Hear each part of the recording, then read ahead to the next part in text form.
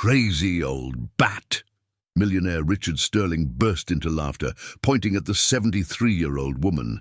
He had no idea he was messing with the wrong person. It was a rainy Thursday in April when Mrs. Dorothy Johnson arrived at the Sterling and Associates office in Manhattan. Richard was particularly irritated because he had lost a multi-million-dollar case the day before. The elderly woman clutched a worn leather briefcase and politely asked the receptionist if she could speak with Mr. Sterling. "Tell that old bag I don't meet with beggars," he shouted from across the lobby, making all the employees laugh nervously. Richard Sterling was 45 years old and ran one of the largest law firms in New York City. His Armani suits cost more than a working person's annual salary. To him, elderly and simple people were just social burdens.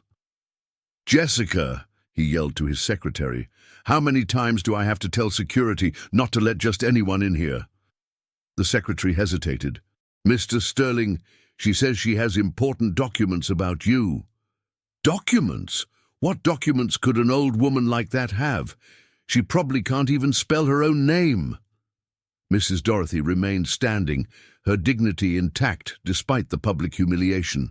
Her blue eyes sparkled with a determination that went unnoticed by those present. She had dedicated the last 5 years of her life preparing for this moment. The briefcase in her hands contained the power to completely destroy Richard Sterling's life. "Listen here, Grandma," Richard approached with a cruel smile. "I don't know what kind of scam you're trying to pull, but it won't work on me. I've been a lawyer for 20 years. And I've seen it all." He looked at the employees around him, who watched the scene uncomfortably. "Look at this, people. An old lady shows up here saying she has important documents about me. Must be one of those desperate widows who think they can blackmail successful men." Dorothy took a deep breath. She had waited decades for this moment. "Mr. Sterling," she said with a firm voice, "you killed my son." The smile disappeared from Richard's face. For a second, a flash of something like fear passed through his eyes, but he quickly composed himself. "Look at that! Now the crazy old bat is accusing me of murder. Call security, Jessica. This woman is clearly mentally disturbed." "I'm not talking about physical murder," Dorothy continued, her voice gaining strength. "I'm talking about something much worse. About how you destroyed my son Peter's life and drove him to suicide." Richard laughed loudly, but this time the laughter sounded forced. "Peter? Peter who? Never heard of him. Grandma, you're confusing things. Age is catching up, isn't it?" He made a circular gesture near his head, insinuating dementia. "Maybe it's time to look for a nursing home, huh?" The employees laughed nervously, but some seemed uncomfortable with the cruelty of the situation. Dorothy didn't waver. She slightly opened her briefcase, revealing a stack of documents organized with military precision. Richard noticed the perfect organization of the papers and for the first time felt a chill in his stomach. "Peter Johnson!" Dorothy pronounced each syllable with crystal clarity. "Civil engineer, 42 years old, married, father of 2 children. He worked for Morrison Construction Company. Do you remember now?" Richard paled slightly, but maintained his arrogant posture. Johnson? No, doesn't ring a bell. You must be confusing me with someone else." But his voice trembled imperceptibly when pronouncing the surname. Dorothy smiled for the first time since she had arrived. It was a smile that didn't reach her eyes, loaded with pain, transformed into iron determination. "I'm sure you'll remember very well when I open this briefcase completely." Richard tried to regain control of the situation. After all, this was his territory, his office, his rules. "You know what, Grandma? I'll be very clear with you. I don't know what kind of scam you're trying to pull, but you picked the wrong guy." He crossed his arms, displaying his $30,000 Rolex. "I'm one of the most respected lawyers in New York. I've defended congressmen, senators, CEOs. Do you really think you're going to intimidate me with that ridiculous little briefcase?" Jessica, he called his secretary again, call Dr. Martinez from the office next door. I want him to come here and witness this pathetic attempt at extortion. He turned to the other employees. People, pay close attention. This is a perfect example of how desperate people try to take advantage of successful men. Mrs. Dorothy remained motionless, holding her briefcase firmly. Her 73 years of life had taught her to recognize men like Richard, arrogant, cruel, who stepped on others to climb in life. She had spent 5 years studying his every move, every case he had taken, every life he had destroyed in the name of profit. Mr. Sterling, one of the interns, dared to interrupt. Maybe it would be better to listen to what the lady has to say. He cut her off with an icy look. Sarah, how long have you been here? 3 months? So shut up and learn how to deal with blackmailers. Richard began walking in circles around Dorothy like a predator circling its prey. Let me guess the story, Grandma. Your son, if he even existed, had some problem, lost some case, and now you want to blame me. It's always the same thing. People can't accept that life is hard, that not everyone wins. Do you have children, Mr. Sterling? Dorothy asked calmly. I do, 2. And they study at the best private schools in Manhattan, something your family probably could never afford. The answer came out automatically, loaded with classist venom. Dorothy smiled sadly. Then you should understand a mother's love for her children, and how far a mother is capable of going to seek justice. Richard laughed with disdain. Justice? You want to talk about justice? I am justice. Harvard law graduate, post-grad abroad, 20 years defending the biggest businessman in the country. You probably can barely write your own name. It was at that moment that Dr. Martinez arrived, an older and more experienced lawyer from the neighboring office. Richard, what's happening here? He asked, noticing the tension in the environment. Martinez, good thing you're here. I want you to witness this ridiculous attempt at a scam. This woman showed up here with a little briefcase, saying she has important documents about me. Richard made sarcastic air quotes with his fingers. She probably wants money, not to make up some lie. Martinez looked at Dorothy more carefully. There was something about the elderly woman's posture that intrigued him, a calm that didn't match the situation. Ma'am, could you explain to us exactly what you want? Dr. Martinez, Dorothy, addressed the newcomer with respect. I came here to show Mr. Sterling some information about a case he handled 6 years ago, a case that resulted in my son's death. Richard exploded. There she goes again with that story. Martinez, you see, the woman is clearly unbalanced. She probably has Alzheimer's or something like that. She keeps making up crazy stories. Crazy old bat, he repeated, now with more anger than amusement. That's what you are. A crazy old bat who can't accept that her son was a failure and wants to blame others. The employees exchanged uncomfortable glances. Even by Richard's standards, this was being too cruel. Dorothy breathed deeply. Mr. Sterling, I'm 73 years old. I worked 45 years as an elementary school teacher. I raised 3 children alone after my husband died. I never asked anyone for anything, never meddled in anyone's life. Her voice was calm, but there was a weight to it that made the environment more tense. But when they mess with my children, I become a different person. Richard felt an involuntary shiver, but disguised it with more aggressiveness. Threats now? Martinez, are you hearing this? The old woman is threatening me in my own office. Dorothy opened her briefcase a bit more. Inside, Martinez could see perfectly organized documents with colored tabs, precise annotations. That didn't look like the work of a crazy person. It looked like the work of someone very, very intelligent and determined. Richard tried to regain control of the situation. After all, this was his territory, his office, his rules. You know what, Grandma? I'll be very clear with you. I don't know what kind of scam you're trying to pull, but you picked the wrong guy." He crossed his arms, displaying his $30,000 Rolex. "I'm one of the most respected lawyers in New York. I've defended congressmen, senators, Fortune 500 CEOs. Do you really think you're going to intimidate me with that pathetic little briefcase?" "Jessica," he called his secretary again, "call Dr. Martinez from the office next door. I want him to come here and witness this pathetic attempt at extortion." He turned to the other employees. "People, pay attention. This is a perfect example of how desperate people try to take advantage of successful men." Mrs. Dorothy remained motionless, holding her briefcase firmly. Her 73 years of life had taught her to recognize men like Richard, arrogant, cruel, who stepped on others to climb in life. She had spent 5 years studying his every move, every case he had taken, every life he had destroyed in the name of profit.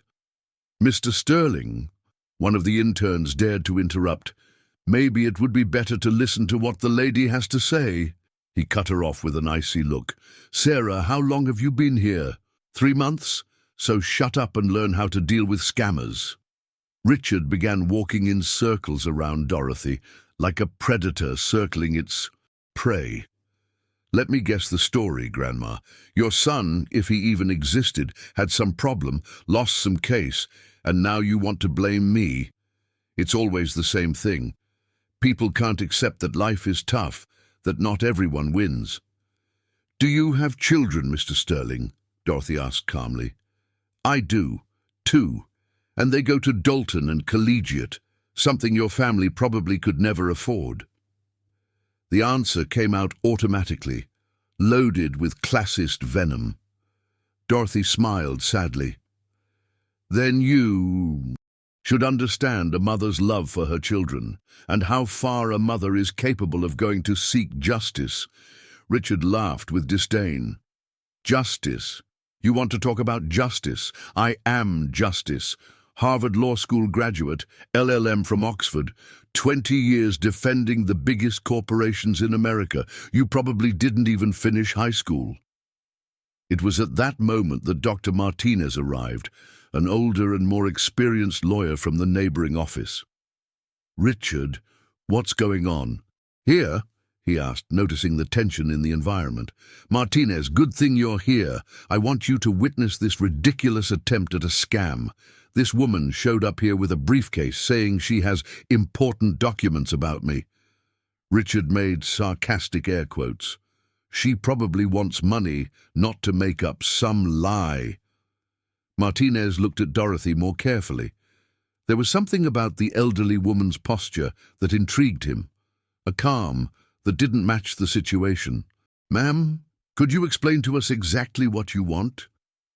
"Dr. Martinez," Dorothy addressed the newcomer with respect, "I came here to show Mr. Sterling some information about a case he handled 6 years ago, a case that resulted in my son's death." Richard exploded. "There she goes again with that story. Martinez, you see, the woman is clearly unbalanced. She probably has dementia or something. She keeps making up wild stories." "Crazy old bat," he repeated, now with more rage than amusement.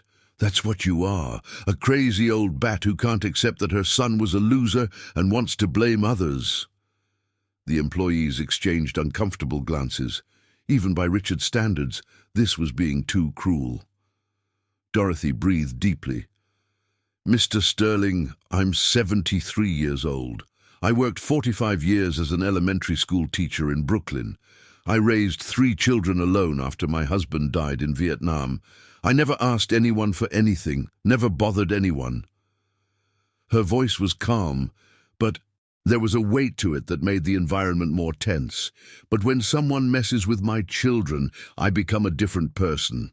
Richard felt an involuntary shiver, but disguised it with more aggressiveness. "Threats now? Martinez, are you hearing this? The old woman is threatening me in my own office." Dorothy opened her briefcase a bit more. Inside, Martinez could see perfectly organized documents with colored tabs, precise annotations. That didn't look like the work of a crazy person. It looked like the work of someone very, very intelligent and determined. "Mr. Sterling," Dorothy said calmly, "before you have me thrown out, wouldn't you like to know how I got the information I have in this briefcase? How a crazy old bat managed to gather evidence that can destroy your career?" Richard stopped halfway to the door. There was something in Dorothy's tone that made him realize she wasn't bluffing. "What evidence? You don't have anything. You're making it all up." Dorothy opened her briefcase a bit more and took out a photo. It was an image of Peter Johnson, a 42-year-old man, smiling next to two small children at what appeared to be a Little League game. "This was my son, Mr. Sterling, civil engineer, structural specialist, an honest man who discovered something he shouldn't have discovered." Richard looked at the photo and, for the first time, a flash of recognition passed through his face. Martinez noticed the reaction. "Richard, did you know this person?" I don't," Richard stammered. "Maybe I've seen that face somewhere, but it doesn't mean anything," Dorothy continued. "Peter discovered that Morrison Construction was using substandard materials in city projects. Concrete with less cement, steel with lower grade, paint without proper protection. He calculated that 3 public buildings could collapse at any moment." Richard's face was getting paler and paler. That has nothing to do with me. I was just the company's lawyer." "Exactly," Dorothy smiled coldly. "The lawyer who convinced my son to stay quiet. The lawyer who promised that everything would be resolved internally. The lawyer who said that if Peter went to the press or the authorities, he would be sued for defamation and lose everything." Martinez looked shocked at Richard. "You knew about irregularities in public works and didn't report it?" "No, it's not like that. I didn't know anything." Richard was entering. "And panic mode. It was just a common employment case. The engineer was fired and wanted to sue the company." Dorothy laughed bitterly. "Fired? My son was fired because he refused to sign false reports attesting to the quality of materials.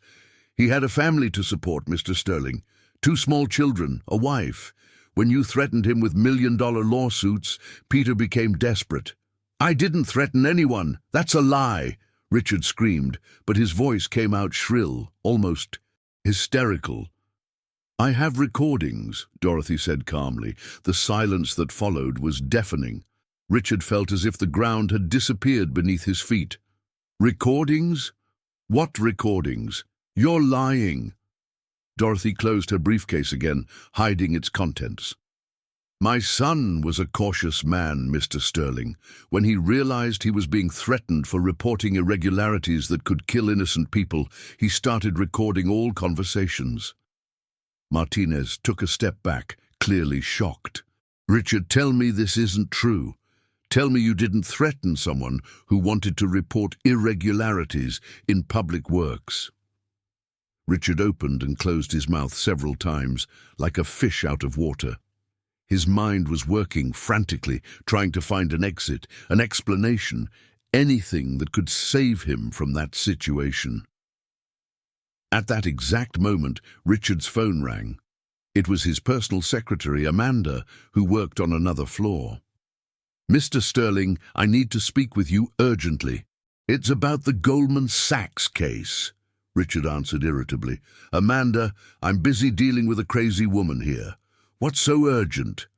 His loud voice made it possible for everyone to hear. "Sir, a subpoena arrived from the Southern District of New York.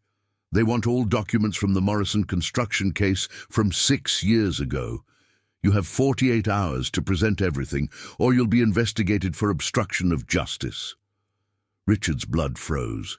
He looked involuntarily at Dorothy, who maintained her serene expression. "What do you mean, Morrison Construction? Why do they want those documents now, after so long?" "I don't know, sir. The subpoena says it's part of an investigation into irregularities in public works. It appears someone presented new evidence." Richard hung up the phone with trembling hands. Martinez noticed the sudden change in his colleague's behavior. "Richard, is everything okay? You turned pale." It's nothing. Just some bureaucrats wanting to make trouble." But Richard couldn't stop looking at the briefcase in Dorothy's hands. Could it be a coincidence that she appeared today talking about the Johnson name, and right after this subpoena about the construction company where Peter worked? Dorothy noticed the change in Richard's behavior and smiled internally. It had taken 6 years, but finally the winds were changing direction. "Mr. Sterling, you seem worried. Any problems at work?" "It's none of your business." "Old woman!" Richard shouted, completely losing his composure. "Martinez, I need you to leave. I have to resolve some urgent matters." "Richard, are you sure you don't want to hear what the lady has to say?" Martinez insisted. "She seems to have specific information about one of your cases." "No, I don't want to hear anything more from this crazy woman." Richard was visibly nervous now. "Jessica, call security. I want this woman out of my office now." But Dorothy took a step forward. "Before you throw me out, Mr. Sterling, wouldn't you like to know how I got the information I have in this briefcase? How a crazy old bat managed to gather evidence that can destroy your career?" Richard stopped halfway to the door. There was something in Dorothy's tone that made him realize she wasn't bluffing. "What evidence? You don't have anything. You're making it all up." Dorothy opened her briefcase a bit more and took out a photo. It was an image of Peter Johnson, a 42-year-old man, smiling next to 2 small children at a Yankees game. "This was my son, Mr. Sterling, civil engineer, structural specialist, an honest man who discovered something he shouldn't have discovered." Richard looked at the photo, and for the first time, a flash of recognition passed through his face. Martinez noticed the reaction. "Richard, did you know this person?" I don't," Richard stammered. "Maybe I've seen that face somewhere, but it doesn't mean anything." Dorothy continued. "Peter discovered that Morrison Construction was using substandard materials in city projects. Concrete with less cement, steel of lower grade, paint without adequate protection. He calculated that 3 public buildings could collapse at any moment." Richard's face was getting paler. That has nothing to do with me. I was just the company's lawyer." "Exactly," Dorothy smiled coldly. "The lawyer who convinced my son to stay quiet. The lawyer who promised everything would be resolved internally.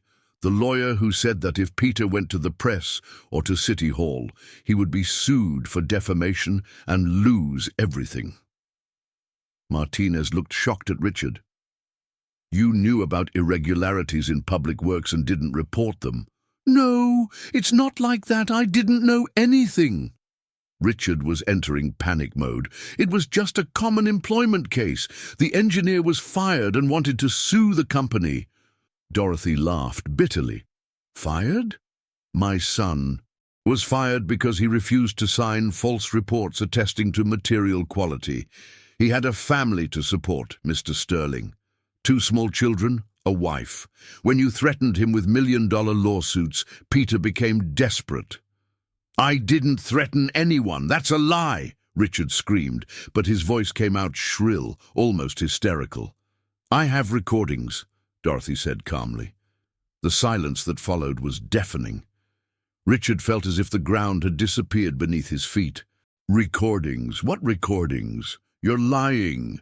Dorothy closed her briefcase again, hiding its contents. "My son was a cautious man, Mr. Sterling. When he realized he was being threatened for reporting irregularities that could kill innocent people, he started recording all conversations." Martinez took a step back, clearly shocked. "Richard, tell me this isn't true.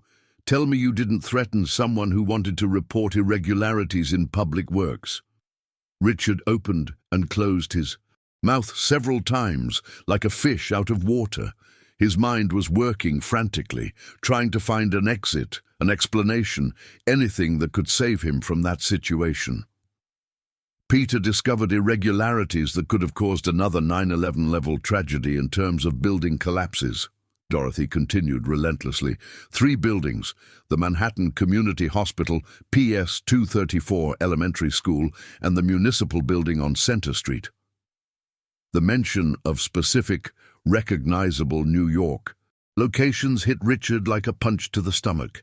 Martinez knew all those buildings. He passed them regularly. "These buildings house thousands of people daily," Dorothy said, her voice growing stronger. "Hospital patients, school children, city workers. My son tried to save all their lives." Richard was sweating profusely now. This is insane.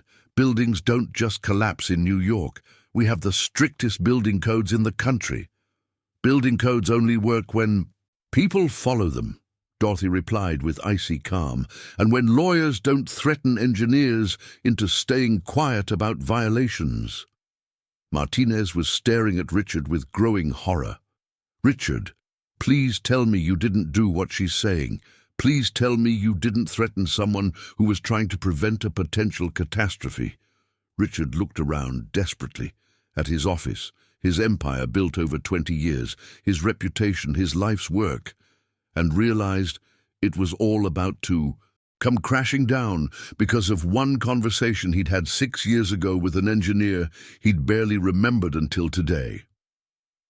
"Dorothy," he said desperately, "what do you want? Money? I can pay any amount. "I don't want your dirty money," Dorothy interrupted with disdain. "I want justice. I want you to pay for what you did to my son and to all the other potential victims you put at risk." Richard tried to regain control of the situation, but his hands were visibly trembling. "Listen here, you crazy witch. Even if these recordings exist, which I highly doubt, they don't prove anything. I was doing my job as a lawyer." "Your job included threatening whistleblowers about irregularities that put lives at risk?"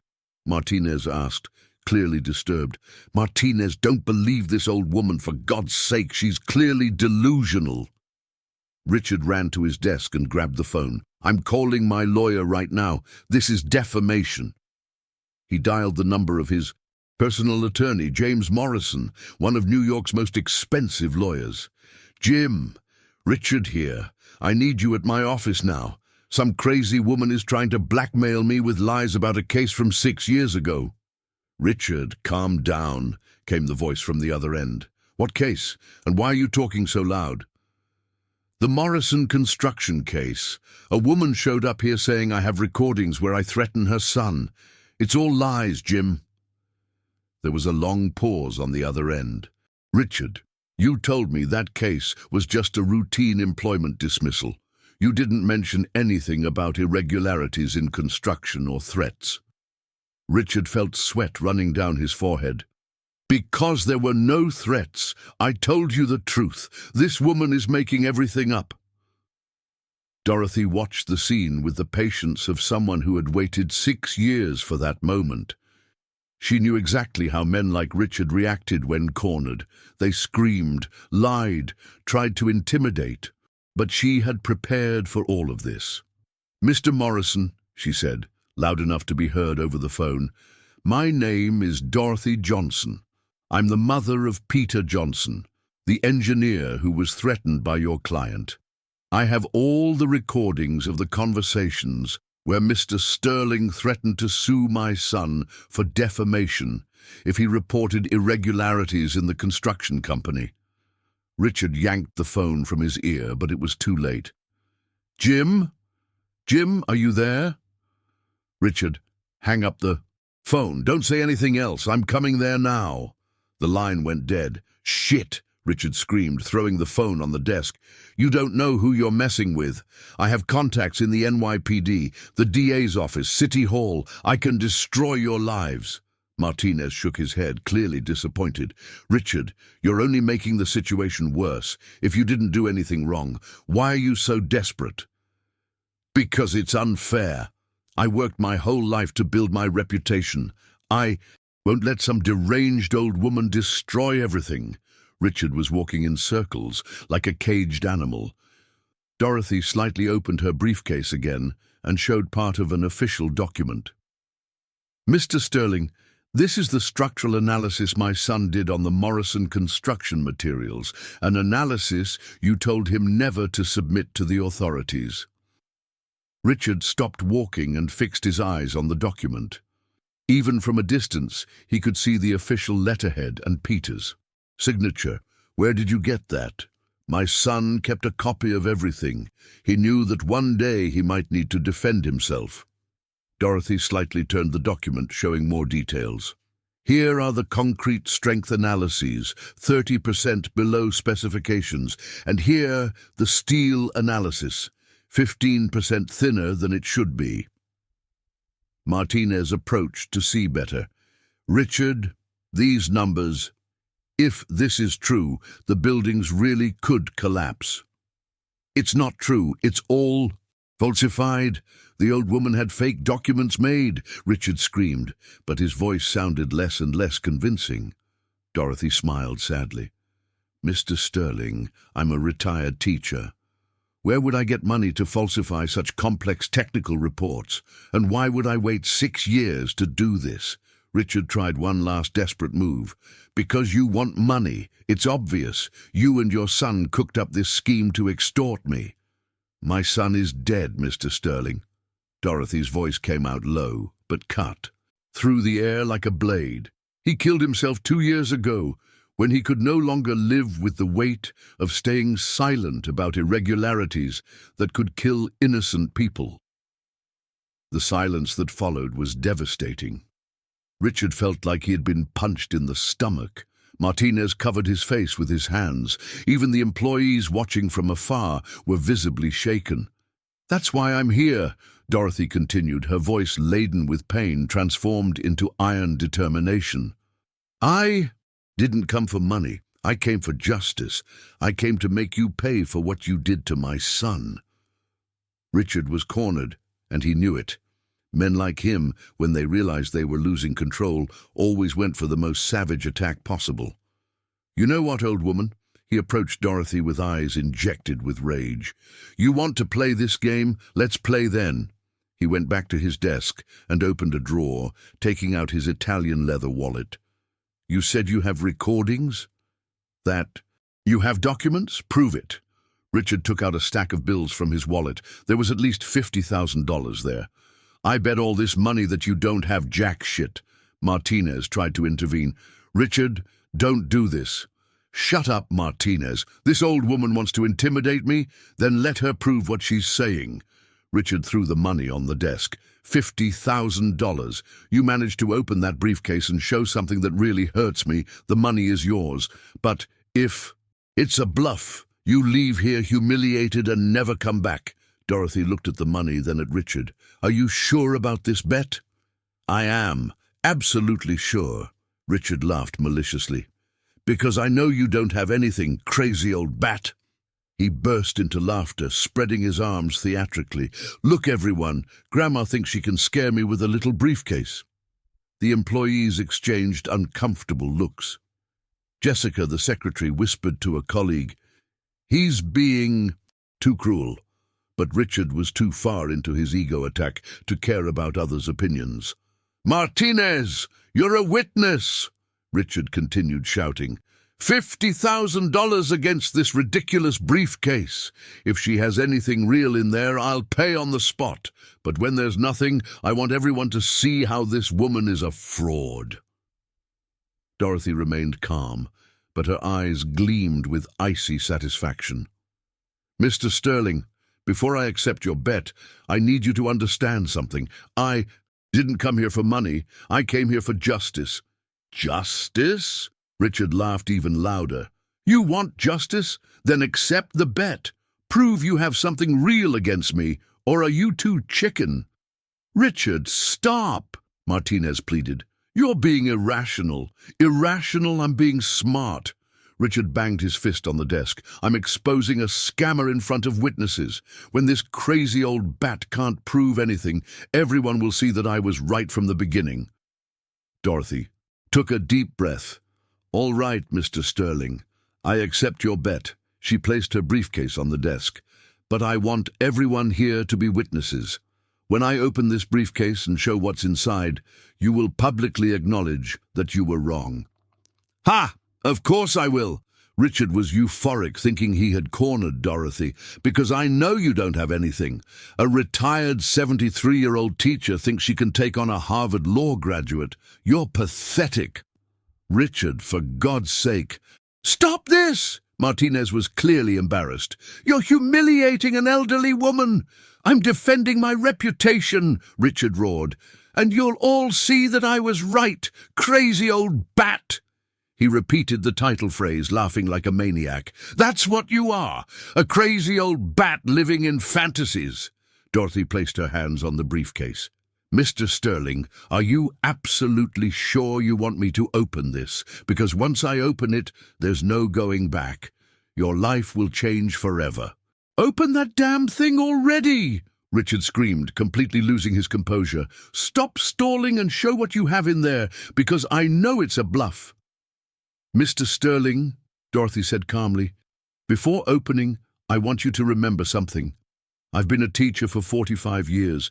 I taught math, English, history, and science to thousands of children. I learned that when you teach, you need patience, planning, and most importantly, solid evidence to prove a point." Richard laughed, sarcastically. "How touching, Grandma, a moral lesson. Now stop philosophizing and show what you have in the briefcase." "I also learned," Dorothy continued imperturbably, "that there are people in the world who only understand the language of consequences. People who think they can step on others without ever paying the price." "Enough!" Richard exploded. "Either you open that briefcase now, or I'm calling security." Dorothy smiled for the first time since she had arrived. But it wasn't a gentle smile. It was the smile of someone who had waited 6 long years for the perfect moment of revenge. "As you wish." She opened the first flap of the briefcase. Inside, perfectly organized with plastic dividers and colored labels, were dozens of documents. Martinez could see technical reports, photos, recordings on CDs, correspondence, expert analyses. Richard looked at the impeccable organization and felt the first real chill in his stomach. That didn't look like the work of a crazy person. It looked like the work of someone very intelligent, very determined, and very, very dangerous. Dorothy removed the first document from her briefcase with surgical precision. It was a certified copy of the technical report Peter had made about Morrison Construction's materials.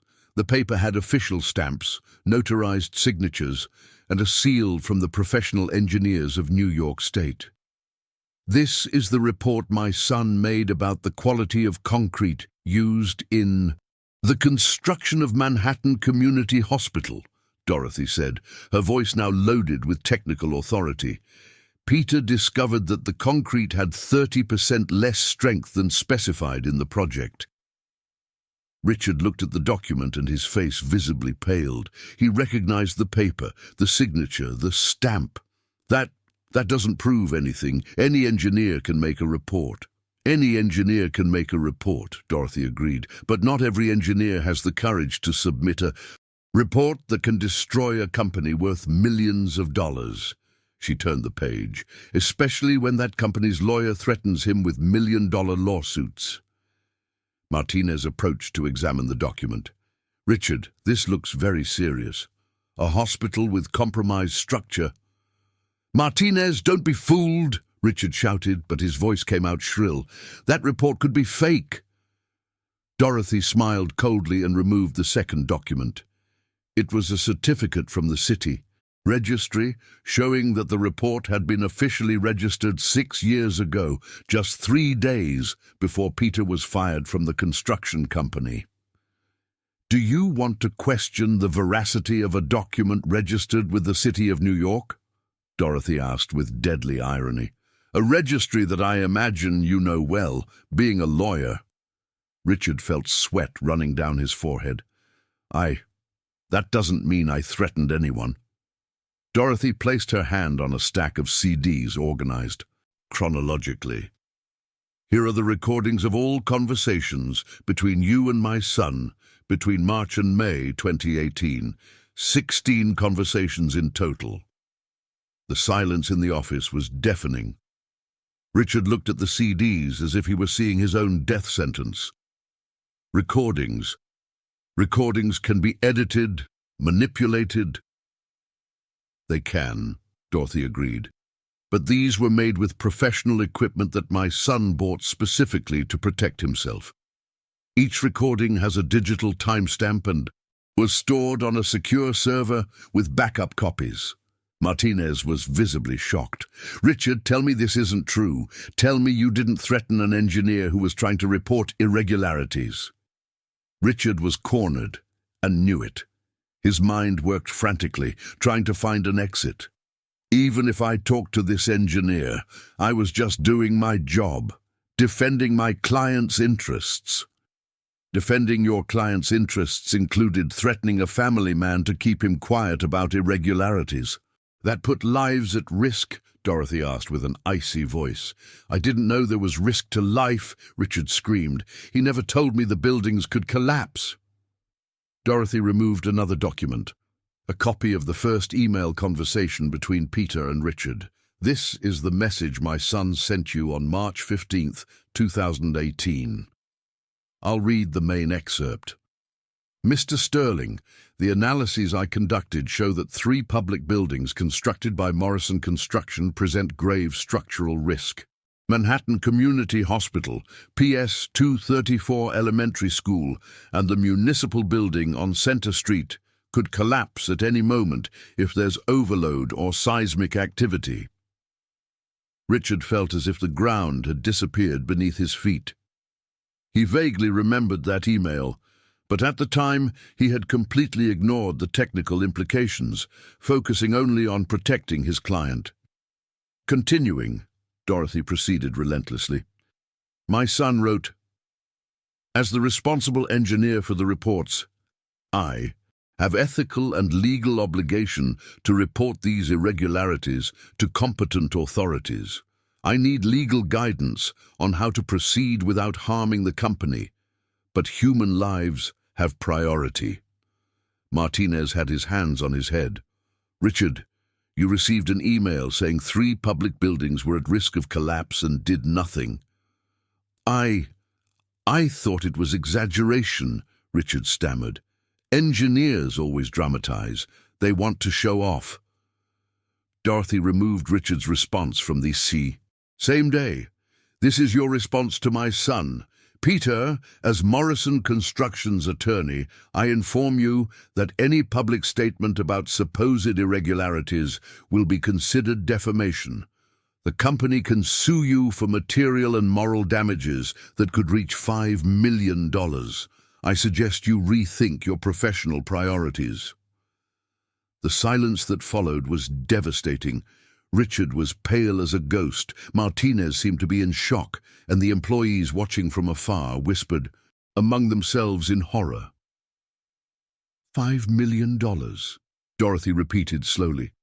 That was the amount you used to threaten my son.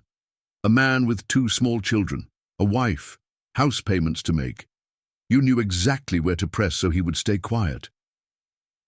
Richard tried one last desperate defense. I was protecting my client.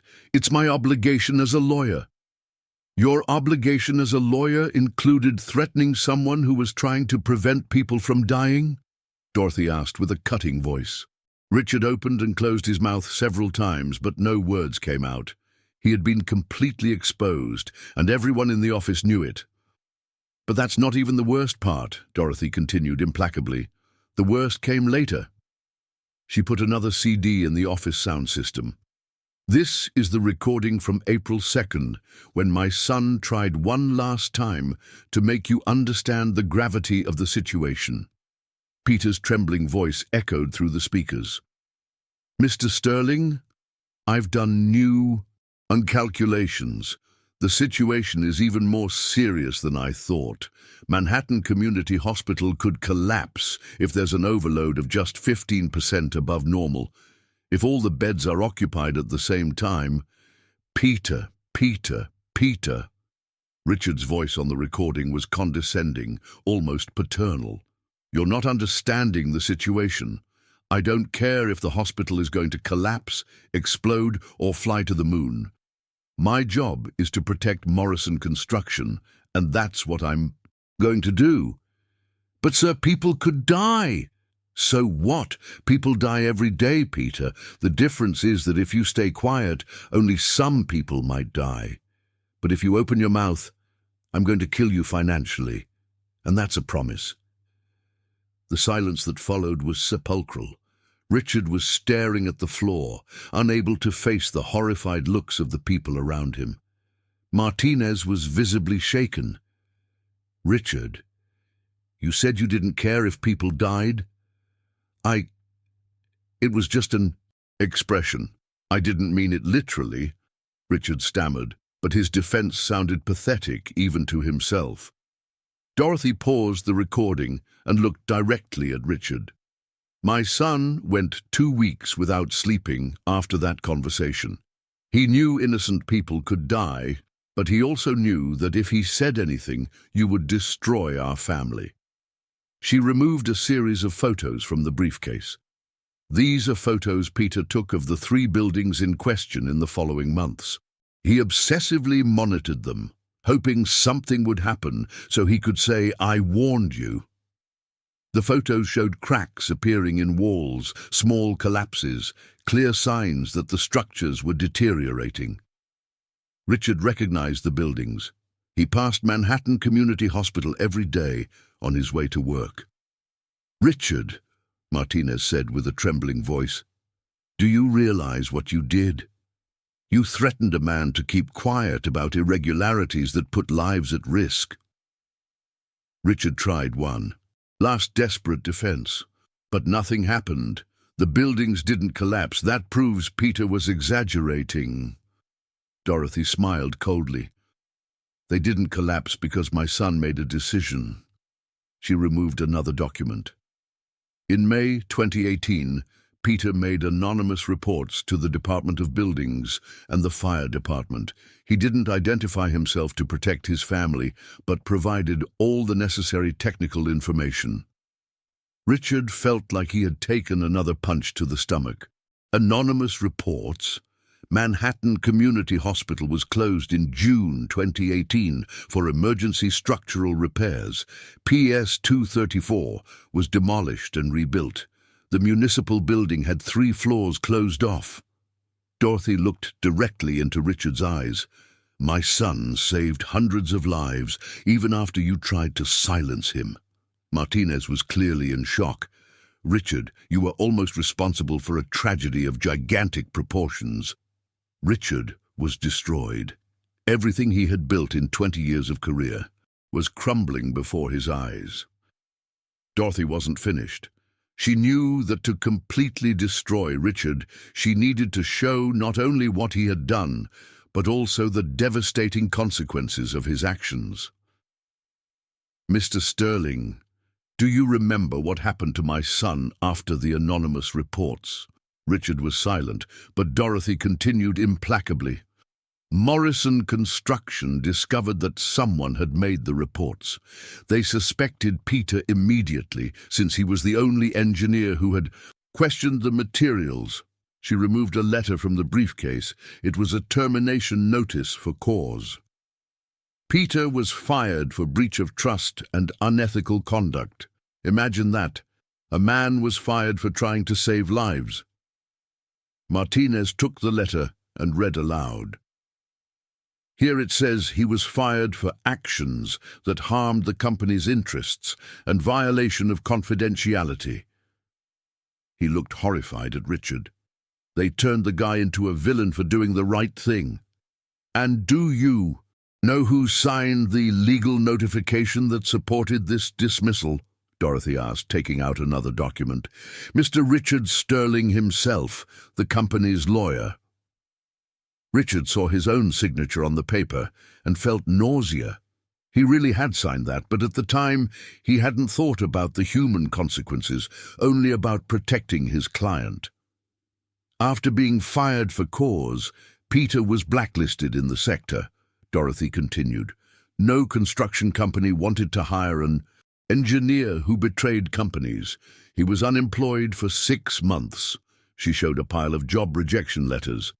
43 companies, 43 rejections. Peter discovered that you had spread rumors in the sector about him being disloyal and problematic. Richard tried to deny. I never spread rumors. That's a lie. Dorothy put another CD in the player. It was a recording of Richard talking to another corporate lawyer. Listen, Mike, I have to warn you about an engineer who might show up there, Peter Johnson. The guy is problematic, you know? He makes up irregularities where they don't exist, makes anonymous reports. He's disloyal to companies. If he applies at Hoffman and Associates, I wouldn't hire him if I were you. Got it, Richard. Thanks for the heads up. We can't risk hiring that type of person. Richard was completely pale. He had completely forgotten about that conversation, but now remembered making several similar calls to protect other clients in the sector. 43 rejections, Dorothy repeated. For 6 months, my son left home every day looking for work and came back with another negative. His wife, Carol, was pregnant with their 3rd child. They had house payments, children's school, health insurance. Martinez was clearly emotional. Richard, you destroyed an entire family's life. Finally, in November 2018, Peter got a job, Dorothy continued. Do you know where? As a construction worker, an engineer, with a postgraduate degree, specialization in structures, 15 years of experience working as a laborer. She showed photos of Peter wearing a hard hat and worker's uniform. Richard saw a man who had clearly lost weight, with deep dark circles and an expression of defeat on his face. The salary was $2,800 a month, less than a quarter of what he earned as an engineer, Dorothy said. But Peter accepted because he needed to support his family. Richard was destroyed. Seeing the real consequences of his actions was devastating. I didn't know it had gotten to that point. You didn't know? Dorothy laughed bitterly. You made sure to know. Remember this conversation. She played another recording. Peter, Richard Sterling here. I heard you're working as a construction worker now. How ironic, right? A guy who thought he was so smart now building buildings with his own hands. Mr. Sterling, why are you calling me? Just wanted to know how your new life is going. Must be humiliating, right? An engineer mixed with construction workers. But at least you learned your lesson. Don't mess with people bigger than you. The silence in the office was sepulchral. Richard was listening to his own voice humiliating a man he had destroyed, and the cruelty of his words was undeniable. Martinez had tears in his eyes. Richard, you tortured this man. It wasn't enough to destroy his career. You still called to humiliate him. Dorothy placed her hand on a separate folder. This contains Peter's medical reports between 2018 and 2020, severe depression, panic syndrome, sleep disorder, hypertension caused by stress. She opened the folder and showed medical prescriptions. Antidepressants, anxiolytics, blood pressure medication, all because a man tried to do the right thing and was destroyed for it. Richard was trembling. I didn't want it to get to that point. You didn't want it? Dorothy asked with deadly irony. Then why did you continue persecuting my son? Why did you call to humiliate him? Why did you make sure he could never work in the field again? Richard couldn't answer. For the first time in his life, he was being confronted with the real human consequences of his actions, and the weight was unbearable. Dorothy took a deep breath before continuing. It was the most painful part of the story, but also the most necessary. Mr. Sterling, I need you to understand who my son was before you destroyed his life. She removed a graduation photo from the briefcase. Peter was smiling, wearing his cap and gown, surrounded by family. It was clearly a moment of happiness and pride. Peter graduated with highest honors from Columbia Engineering. He was the first in the family to get a college degree. Richard looked at the photo and for the first time saw Peter as a real person, not just an obstacle in his business dealings. Peter started working at 14 to help at home, Dorothy continued. I was an elementary school teacher, earned very little. His father had died when Peter was 12. He studied at night and worked during the day as a messenger. She showed certificates and diplomas organized chronologically. Construction technology degree at 18, engineering degree at 24, masters in structures at 27, all of this while working to pay for his studies. Martinez examined the documents. Richard, look at his academic record. The guy was brilliant. Excellent grades, several A honor mentions. Peter chose to be an engineer because he wanted to build things that would last, Dorothy said, her voice loaded with emotion. He used to say he wanted to make buildings where children could study safely, hospitals where people could heal, homes where families could be happy. She showed a photo of Peter with his 2 young children at Central Park. When the boys were born, Peter swore they would grow up in a better world, that he would do his part to build a safer, more just country. Richard was clearly moved, but Dorothy wasn't finished. In 2015, Peter discovered irregularities in a school construction in Queens. He reported it, the school was renovated, and dozens of children were spared from a possible collapse. In 2016, he identified problems in a highway bridge. His reports resulted in emergency repairs that prevented a tragedy with hundreds of cars. In 2017, Peter discovered that a company was using expired cement in a hospital. Construction, he reported it again, and the hospital was rebuilt with adequate materials. Martinez was impressed. The guy was a hero. He saved lives by reporting irregularities. Exactly, Dorothy smiled sadly. That's why Morrison Construction hired him in 2018. They wanted someone competent, honest, who would guarantee the quality of the work.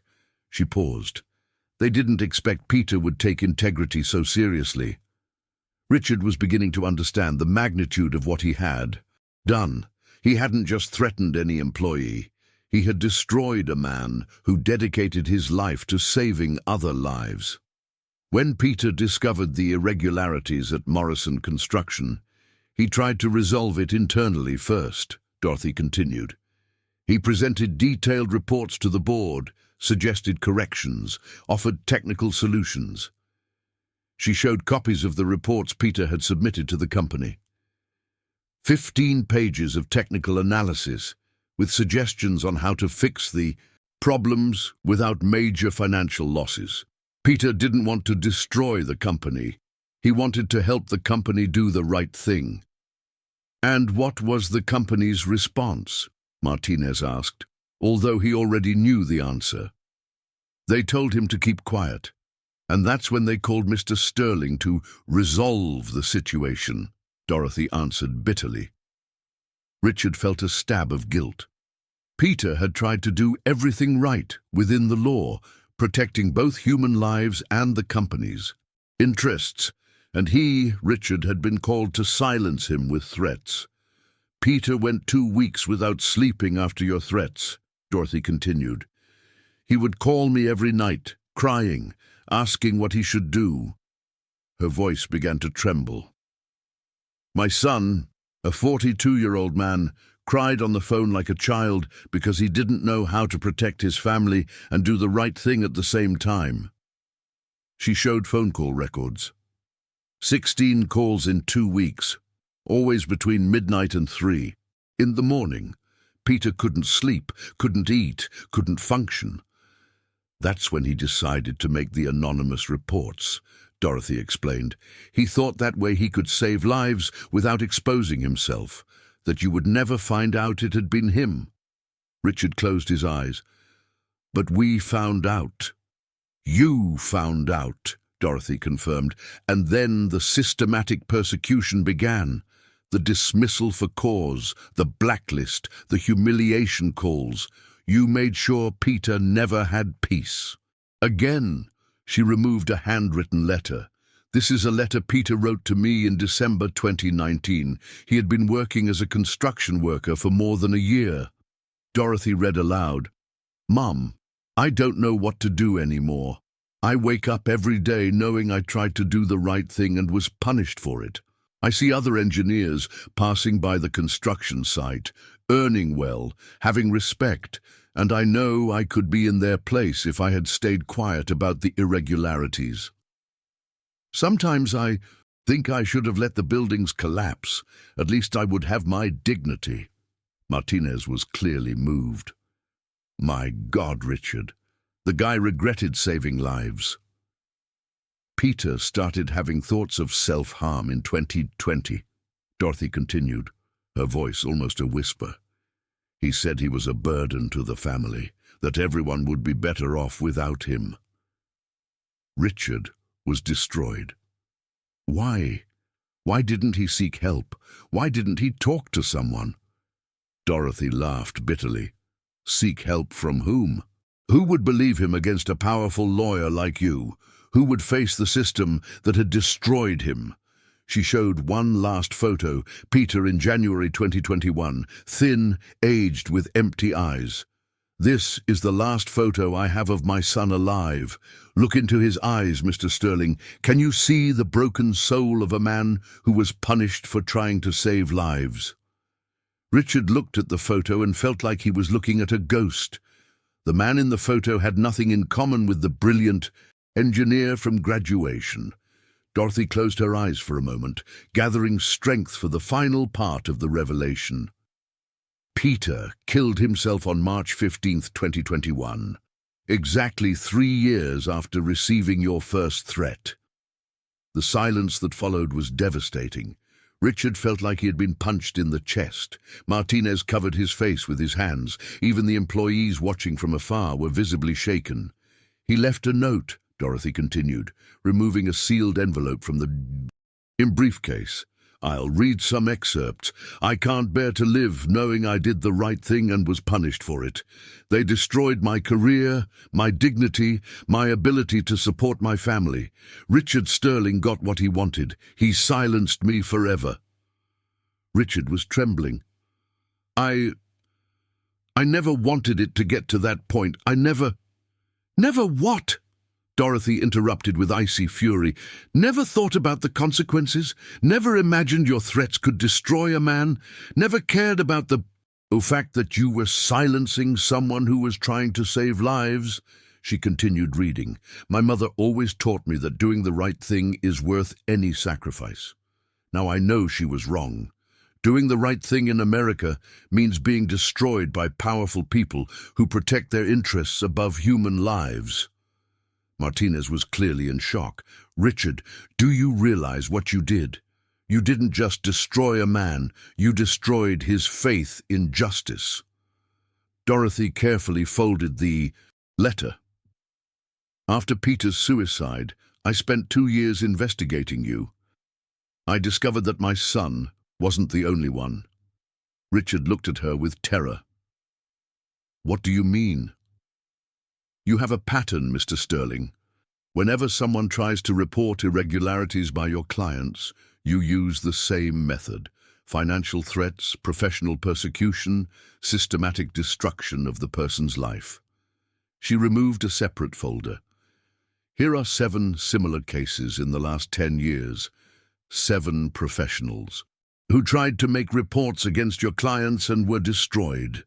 Richard was pale as a ghost. You investigated my entire career?"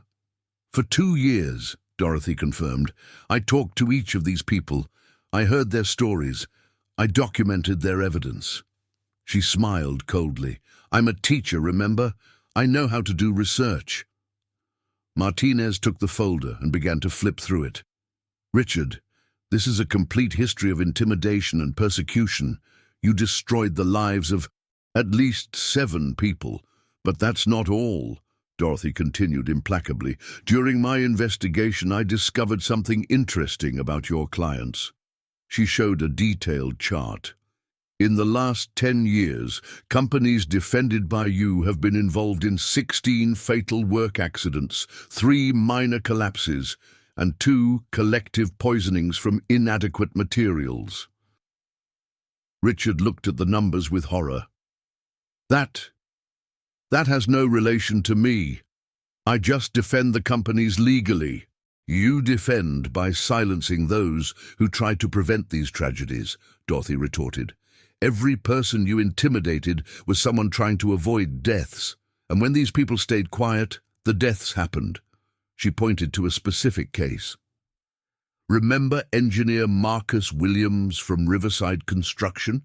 He tried to report that they were using substandard steel in a bridge. You threatened him with million-dollar lawsuits. Richard vaguely remembered the case. Yes, so what? The bridge collapsed 6 months later. 3 people died, including an 8-year-old girl. Dorothy showed photos of the accident. If Marcus had made the report, these people would be alive today. Martinez was clearly horrified. Richard, you're an accomplice to manslaughter. No! I didn't know this would happen, Richard screamed desperately. Of course you knew, Dorothy said with deadly calm. You knew you were silencing people who were trying to prevent tragedies. You chose to protect profits instead of human lives. She removed another document. This is the estimate of the total value of damages that companies defended by you have caused. $847 million in compensation, 43 deaths, 156 seriously injured. Richard was completely destroyed. The numbers were devastating, undeniable. I was just doing my job as a lawyer. Your job was to protect criminals, Dorothy said without mercy. Your job was to ensure that companies could continue killing people without consequences. Martinez had tears in his eyes. Richard, you became a monster who uses the law to protect murderers. Dorothy opened one last section of the briefcase. But after my son's death, I decided this had to stop. I spent the last 2 years not just investigating you, but also gathering evidence to destroy your career forever. Richard looked at her with absolute terror. What do you mean? Dorothy smiled with the icy satisfaction of someone who had waited years for the perfect moment of revenge. I mean, this entire conversation is being recorded. I mean, I have copies of all evidence in several secure locations. I mean, the U.S. Attorney's Office already has a complete copy of everything. Richard's world completely collapsed. You set me up. I did justice, Dorothy corrected. Something the system never did. At that moment, the office door opened and 2 men in suits entered. Richard immediately recognized one of them. It was federal prosecutor Michael Harrison from the Southern District of New York. Mr. Richard Sterling, the prosecutor asked formally. Richard was so shocked he could barely answer. Yes, that's me. I'm Prosecutor Michael Harrison. This is FBI agent David Rodriguez.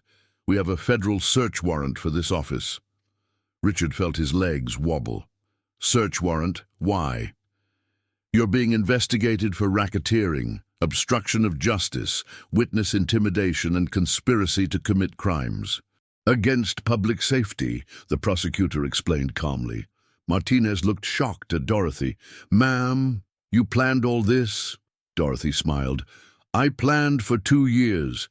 Every document, every recording, every piece of evidence was carefully prepared and delivered to the competent authorities.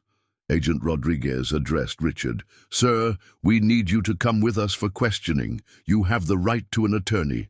I am an attorney, Richard screamed desperately. This is absurd. I'm being persecuted. You're being investigated based on solid evidence, the prosecutor corrected. We have recordings of your conversations threatening witnesses, documents proving systematic intimidation, and evidence that you obstructed investigations about irregularities that resulted in deaths. Richard looked at Dorothy with hatred. "You witch! You set me up! All this was premeditated!" "Of course it was premeditated," Dorothy replied calmly. "Did you think you could destroy my son's life and get away with it? Did you think you could continue protecting criminals forever?" The prosecutor intervened. "Mrs. Johnson, you performed a great service to society by delivering this evidence. Cases like these show how corruption works in America." Richard tried one last desperate move. "These recordings are illegal. They were made without my consent. They can't be used against me." "Mr. Sterling," the agent explained patiently, "the recordings were made by one of the parties in the conversation, your deceased son, Mrs. Johnson's. According to federal law, this is perfectly legal. Furthermore," the prosecutor added, "we have independent evidence that corroborates everything in the recordings. Official documents, testimonies from other victims, company records." Richard was completely cornered. I can explain everything. They were misunderstandings." Dorothy laughed bitterly. "Misunderstandings? 16 recorded conversations threatening my son are misunderstandings. 7 similar cases of intimidation are misunderstandings.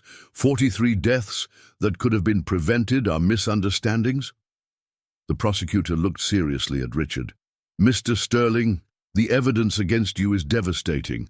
We have a 10-year history of systematic intimidation of whistleblowers, obstruction of investigations, and participation in schemes that resulted in preventable deaths."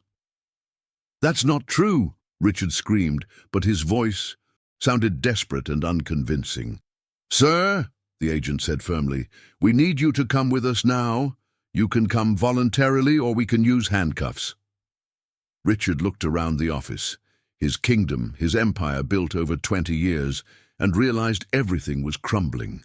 The employees looked at him with horror and disappointment. Martinez had distanced himself from him as if he were contagious. "Dorothy," Richard said desperately, "what do you want? Money? I can pay any amount. I don't want your dirty money," Dorothy interrupted with disdain. "I want justice. I want you to pay for what you did to my son and all the other victims." The prosecutor addressed those present. "This operation is the result of a 2-year investigation based on detailed complaints presented by Mrs. Dorothy Johnson. The evidence shows a systematic pattern of crimes against public safety and intimidation of whistleblowers." Richard tried to run to the door, but the agent intercepted him. "Mr. Sterling, don't make things more difficult for yourself. You don't know who you're messing with," Richard screamed. "I know federal judges, congressmen, mayors. I'll be out of this in a week."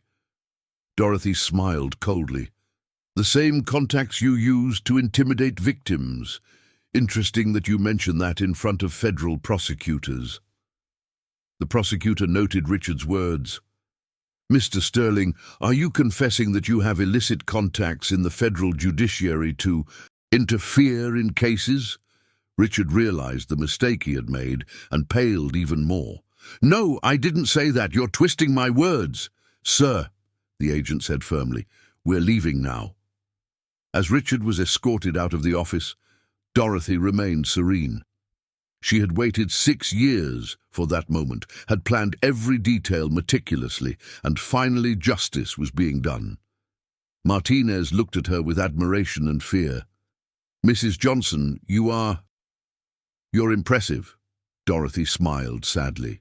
"I'm just a mother who lost her son and decided this couldn't keep happening to other families." 3 months later, Dorothy was in federal court following Richard Sterling's trial. The prosecutor was presenting the evidence she had gathered over 2 years of meticulous investigation. "Your Honor," the prosecutor addressed the judge, "the evidence shows that defendant Richard Sterling operated a systematic scheme of witness intimidation, obstruction of justice, and participation in crimes against public safety." Richard, now visibly aged and beaten down, sat next to his defense attorney. His empire had completely crumbled. The firm was closed. Clients had abandoned him. His reputation was destroyed. The recordings presented by Mrs. Dorothy Johnson, the prosecutor continued, clearly show that the defendant threatened Peter Johnson with million-dollar lawsuits to prevent reports about irregularities that put lives at risk. The judge examined the documents. These evidence files are truly impressive in their completeness and organization. Dorothy had spent those 3 months organizing a movement of families of victims of corporate negligence. Dozens of people whose loved ones died in preventable accidents had united to demand changes in the system. "Your Honor," the defense attorney tried to argue, "my client was merely exercising his profession as an attorney." Exercising his profession by threatening whistleblowers about irregularities that resulted in 43 deaths, the judge interrupted severely. "That's not professional practice. That's participation in a criminal scheme." During the trial, 7 of the victims intimidated by Richard testified. One by one, they told how their attempts to report irregularities were silenced by threats, how their careers were destroyed, how they felt powerless against the system. "Richard Sterling destroyed my life because I tried to report that the company was using fake safety equipment," testified Marcus Williams, the bridge engineer that collapsed. "If I had been able to make the report, 3 people would be alive today." Richard listened to the testimonies with his face in his hands. For the first time in his life, he was being confronted with all the human consequences of his actions, and the weight was unbearable. The judge addressed Dorothy. "Mrs. Johnson, would you like to make a final statement?" Dorothy stood with dignity. "Your Honor, my son Peter died because he tried to save lives and was punished for it. For 2 years, I investigated the system that allowed this injustice." She looked directly at Richard. "I discovered that men like the defendant turned the law into a weapon to protect criminals. They use threats and intimidation to ensure companies can continue killing people without consequences." "But I also discovered something else," Dorothy continued.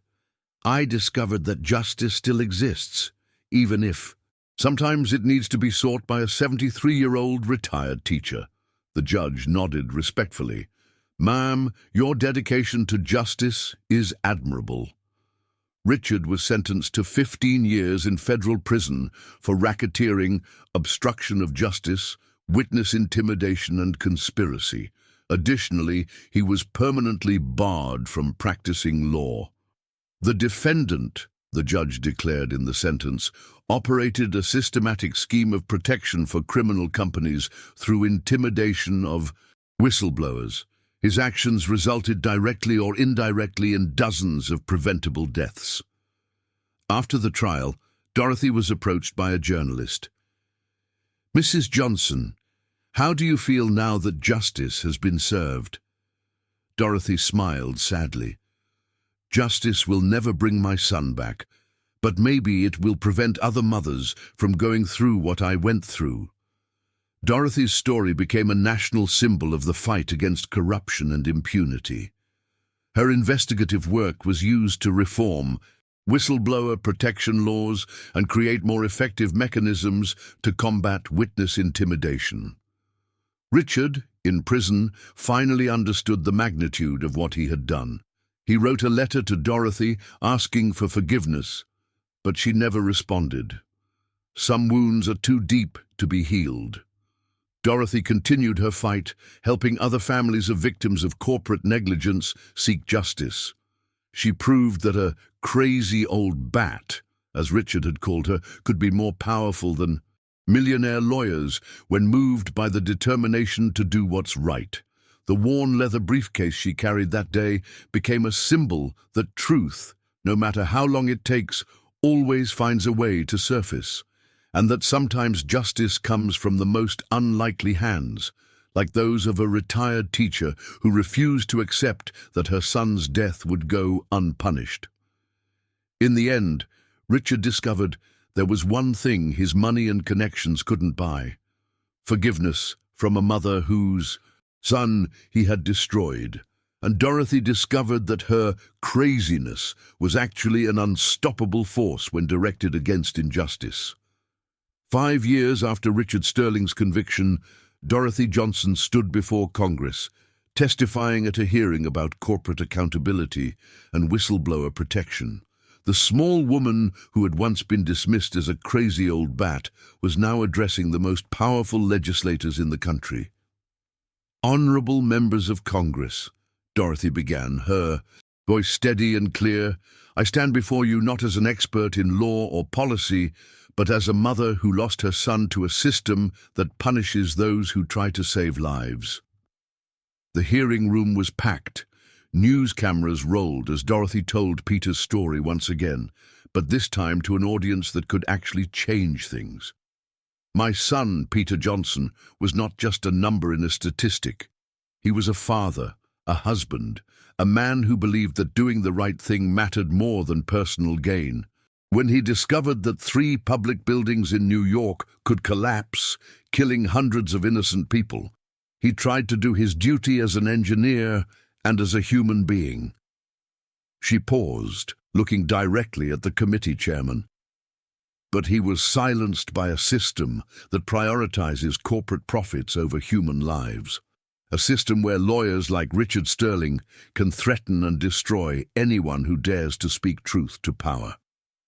In the audience, she could see representatives from major engineering firms, corporate lawyers, and victim advocacy groups.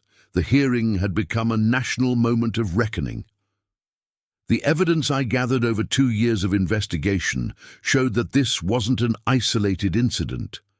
Richard Sterling and lawyers like him have created a nationwide network of intimidation that has resulted in hundreds of preventable deaths. Dorothy had prepared meticulously for this moment, just as she had prepared for that day in Sterling's office. "I'm here to ask you to pass the Peter Johnson Whistleblower Protection Act. Named for my son, this legislation would create federal criminal penalties for intimidating safety whistleblowers and establish a fund to support families who suffer retaliation." The committee chairman leaned forward. "Mrs. Johnson, what would you say to critics who argue that stronger whistleblower protections could harm legitimate business interests?" Dorothy's eyes flashed with the same steel that had intimidated. "Richard Sterling, Senator, I would ask them to look at the families of the 43 people who died because safety concerns were silenced. I would ask them to explain to those children why their parents' lives were worth less than corporate profits." The hearing room erupted in applause. Dorothy had spent 5 years becoming one of the most effective advocates for corporate accountability in America. After the hearing, she walked through the halls of Congress, past the marble statues and portraits of American heroes. She thought about Peter, about how proud he would have been to see his mother speaking truth to power in the nation's capital. Outside the Capitol, a young woman approached her. "Mrs. Johnson, my name is Sarah Chen. I'm an environmental engineer at DuPont. I've been trying to report chemical contamination that could affect thousands of people, but my company's lawyers have been threatening me with lawsuits." Dorothy smiled gently. "Tell me everything, dear, and don't worry. You're not alone anymore." Over the years, Dorothy had helped dozens of whistleblowers find the courage to speak up. She had created a network of lawyers, journalists, and advocates who could protect people the system had failed. The Peter Johnson Foundation, which she had established with part of the settlement money from Richard Sterling's clients, had become a major force for corporate accountability. It provided legal support, financial assistance, and emotional counseling for whistleblowers and their families. Richard Sterling, meanwhile, had become a cautionary tale. Other corporate lawyers saw what happened to him and began reconsidering their tactics. The Sterling effect, as legal scholars called it, had created a new climate of accountability in corporate law. In his cell at the Federal Correctional Institution in Otisville, New York, Richard spent his days writing letters that would never be sent and reading books about Ethics and justice, concepts he had ignored for most of his career. He had lost everything, his fortune, his reputation, his freedom, and most importantly, any chance of redemption from the woman whose son he had destroyed. Dorothy never visited him, never responded to his letters, never acknowledged his existence. For her, Richard Sterling had died the day the judge's gavel fell. Her focus was entirely on the future, on preventing other Peters from suffering the same fate. On the 5th anniversary of Peter's death, Dorothy stood at his grave in Woodlawn Cemetery in the Bronx. The headstone bore a simple inscription: Peter Johnson, engineer, father, hero. He died trying to save lives. She placed fresh flowers on the grave and spoke to him as she did every year. The law passed, Peter. The Peter Johnson Act is now federal law. No one else will go through what you did. Your death wasn't in vain. As she walked away from the cemetery, Dorothy felt a sense of completion she hadn't experienced in years. She had kept her promise to her son. She had made the world a little safer, a little more just. The worn leather briefcase sat in her living room now, its contents having changed American law and saved countless lives. Sometimes visitors would ask about it, and Dorothy would smile and say, "That old thing." It just proves that sometimes the most powerful weapon against injustice is the truth, carefully organized and presented at exactly the right moment. Richard Sterling had called her a crazy old bat and laughed at her briefcase, but Dorothy Johnson had the last laugh, and more importantly, she had justice.